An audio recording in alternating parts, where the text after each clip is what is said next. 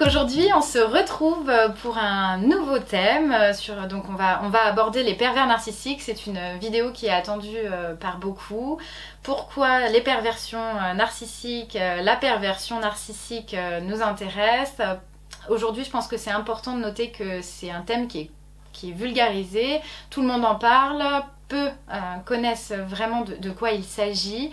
Et même en tant que psychologue, c'est une question très délicate. C'est la raison pour laquelle on se retrouve sur un nouveau format avec Mona qui est présente aujourd'hui pour m'aider à synthétiser un petit peu mes idées. Donc moi c'est Mona, je suis journaliste alternante chez Get Up. C'est un média, une association qui a pour but de revaloriser les quartiers populaires. Et aujourd'hui du coup j'accompagne Lucille dans cette vidéo pour jouer le rôle de la journaliste et poser des questions pour créer une nouvelle vidéo sous un nouveau format qui serait celui de l'interview et voilà. Voilà. Merci Mona donc du coup. Alors Lucie, ma première question ce serait de savoir, puisqu'on entend beaucoup parler de pervers narcissiques, que ce soit dans les émissions de télé, dans les podcasts, on lit beaucoup d'articles là-dessus. Concrètement, un pervers narcissique, qu'est-ce que c'est et quelles sont ses caractéristiques ? Alors, j'ai envie de répondre là tout de suite, un pervers narcissique, ce n'est pas tout le monde.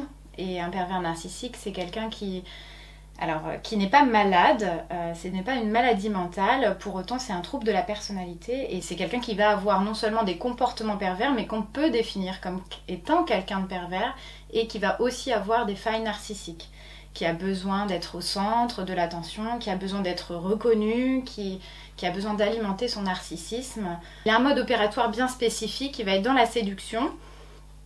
Donc physiquement, je le disais, et aussi psychologiquement, il a des mots, il est très...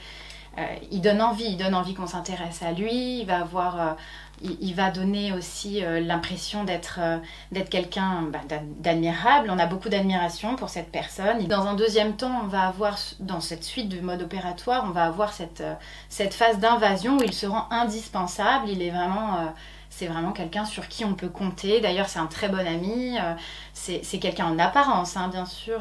Ensuite, après cette phase d'invasion, quand il sait qu'il est indispensable, il va y avoir cette phase où il va commencer à être dans la destruction. C'est un prédateur. On dit que c'est un monstre blessé aussi de par sa faille narcissique, mais c'est un prédateur. Cette phase de destruction qui vient en troisième position, ça va être son jeu à lui de détruire. Hein. Il jouit vraiment de détruire sa victime en faisant culpabiliser, en dévalorisant, en humiliant la personne qu'il a en face de lui. Et alors après cette phase de destruction, parce que la liste n'est pas exhaustive, il va y avoir une phase où il va faire le chaud et le froid, si vous voulez. Il va être dans l'agressivité et dans la douceur pour se faire toujours indispensable quelque part et pour continuer d'alimenter sa relation à l'autre. Et enfin, on peut aussi retrouver chez lui, dans son mode opératoire, le renversement. Il peut se faire passer pour une victime. Et vous me parliez de destruction, oui. Si c'est son mode opératoire. On sait aujourd'hui que depuis le 1er janvier 2021, il y a eu 101 femmes qui ont été tuées par leur ex-conjoint ou leur conjoint. Donc du coup, est-ce que pour le pervers narcissique, on peut parler aussi de violence physique ou uniquement de violence psychologique, psychique Alors la violence, elle est davantage psychologique. Je dirais qu'effectivement sur les 2-3% de pervers narcissiques, donc c'est quand même un tout petit pourcentage qui est relevé aujourd'hui à l'heure actuelle, je dirais que probablement qu'il y a un tout petit pourcentage, dans ce petit pourcentage de violence physique, parce que le pervers narcissique, c'est quelqu'un qui va jouer la carte de la... qui va s'infiltrer insidieusement en fait dans la vie de la personne, de la victime. Il ne faudrait pas qu'il fasse trop de bruit, il ne faudrait pas qu'il soit repérable, donc plutôt de la violence psychologique, oui. Et vous expliquez donc les caractéristiques du pervers narcissique. Oui. Et est-ce qu'à contrario, il existe un profil type de victime ? Alors, un profil type, oui et non, j'ai envie de vous répondre. Il va attirer à lui des personnes qui sont aussi plus fragiles et vulnérables, mais qui ne s'en cachent pas, qui peuvent être influençables, qui peuvent manquer de confiance. Donc plus vous allez manquer de confiance en vous, et plus il est difficile de passer à côté d'un pervers narcissique qui va capter chez vous qu'il il a quelque chose, il peut alimenter son narcissisme. Maintenant, pas de profil. Pourquoi ? Parce que tout le monde, à un moment donné dans sa vie, même une personne qui a énormément confiance dans tous les domaines. Il suffit d'un domaine sur un point en particulier professionnellement par exemple, vous doutez de vous sur un dossier, ou vous avez une personne, une cliente, un patient qui vous a fragilisé à un moment donné. Un pervers narcissique qui passe par là, si c'est votre patron, il va en profiter. Hein. Donc c'est pas seulement dans le couple. C'est pas seulement dans le couple, on peut retrouver des pervers narcissiques partout. Ça peut être un ami qui n'en est pas un finalement, ça peut être dans le travail, ça peut être dans la famille, ça peut être un parent, quelqu'un qui est pervers narcissique, il est pervers narcissique dans sa personnalité, il n'est pas pervers narcissique avec une personne en particulier. Il a un manque d'empathie, ça on ne l'a pas dit effectivement dans les caractéristiques, il manque d'empathie, il n'est pas intéressé, il s'en fiche complètement de savoir si vous allez bien ou si vous allez mal. Ça c'est quelque chose, c'est avec tout le monde aux alentours. Ma prochaine question, ce serait de savoir, puisque on parle d'un manque de confiance à un moment donné qui fait qu'on attire ce genre de personnes et qu'on est attiré vers ce genre de personnalité, est-ce qu'on peut prévenir la rencontre avec un pervers narcissique à certaines femmes, puisque apparemment les plus grandes victimes ce sont des femmes quand même, parlent d'une petite voix intérieure, d'une intuition, est-ce qu'on peut prévenir quand même cette rencontre ? Alors, effectivement, tout comme dans toutes les relations toxiques, je dirais, mais effectivement aussi là avec les pervers narcissiques, il y a cette intuition, on peut la développer, on peut la travailler en prévention, en essayant d'être à l'écoute au maximum de soi, en développant son estime de soi, la connaissance de ce qu'on vaut en fait, de ses valeurs, pour être pleinement disponible lors d'une rencontre avec quelqu'un, sentir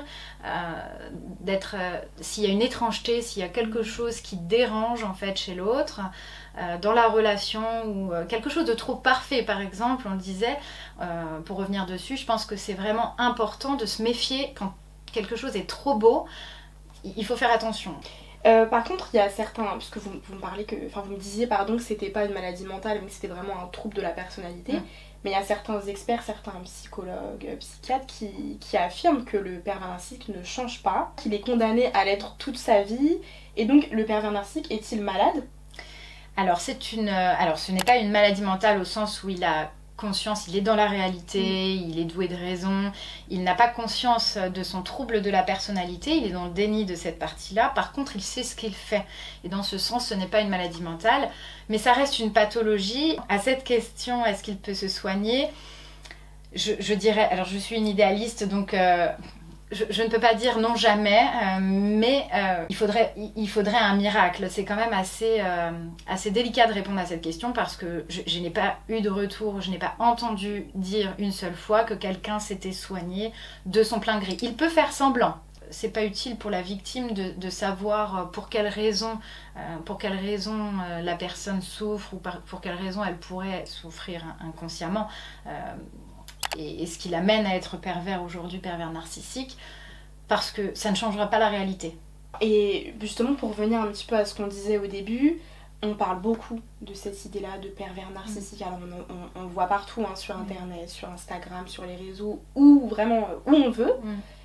Comment est-ce qu'on fait la différence entre ce que serait un simple conflit et là où vraiment débute une forme de violence ? Comment on fait la différence entre les deux ? Alors, le conflit, il est plutôt, je dirais, constructif.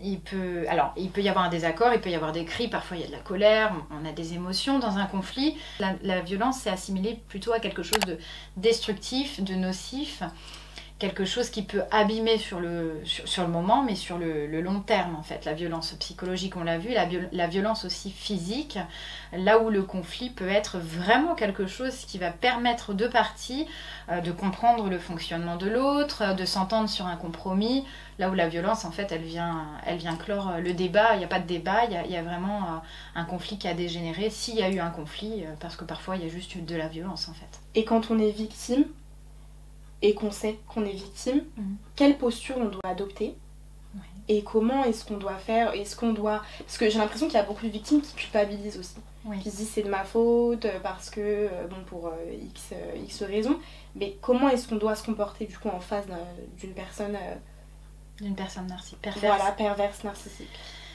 Alors, quand vous êtes dans la relation, allez chercher de l'aide à l'extérieur. Je pense que ça c'est un premier point, se sentir accompagné par un professionnel. Attention à un tout professionnel qui pourrait être amené à juger la personne avec laquelle vous partagez votre vie. Par exemple, si vous êtes en couple avec un pervers narcissique. Attention aussi à quelqu'un qui pourrait justement vous dire de partir tout de suite parce que moi j'ai l'habitude de travailler avec des personnes qui vivent des relations toxiques. L'idée c'est pas de forcer l'autre à aller à un rythme qui n'est pas le sien, qui ne serait pas le sien, parce que de toute façon cette personne elle culpabilise, beaucoup culpabilise, vous le dites bien, et c'est très juste, parce que dans le mode opératoire il y a cette forme de culpabilisation, donc la personne elle culpabilise. Vous êtes consciente petit à petit, même quand vous culpabilisez, qu'il y a quelque chose qui va pas, qu'il y a quelque chose qui vous fait mal, qui vous abîme, qui est douloureux. Il ne faut pas rester là-dedans, ça c'est certain. Et il faut renforcer, booster cette confiance en vous pour pouvoir, le jour où vous êtes prête, sortir de là. Si on veut aller un petit peu plus loin, vous avez écrit un roman à ce sujet quand même. Oui. Il faudrait en dire 2-3 mots. Alors mon roman il n'est pas encore publié parce qu'il n'est pas complètement terminé, mais effectivement mon roman parle d'une relation avec un pervers narcissique. Donc c'est l'histoire de Maëlle qui vit une relation toxique avec son demi-frère depuis très longtemps et qui va chercher un jour, alors que son père vient à décéder, qui va chercher à se sortir de cette relation avec ce pervers narcissique, en apprenant à vivre en fait, en découvrant le parachutisme pour sortir de cette relation, pour s'extraire de cette relation et pour réapprendre le goût de la vie, parce qu'il est aussi question de cela, c'est comment donner du sens ensuite pour se reconstruire, pour avancer et pour vraiment ressentir la vie couler dans ses veines. C'est vraiment important de reprendre sa vie en main, quoi. Et c'est possible. Et bien sûr que c'est possible de le mettre en place. Il faut faire le point avec soi, il faut trouver quelque chose qui nous motive un tant soit peu, un tout petit peu, puis beaucoup, et puis se tester dans certaines choses pour trouver une réelle motivation et quelque chose qui va vous faire vibrer de l'intérieur.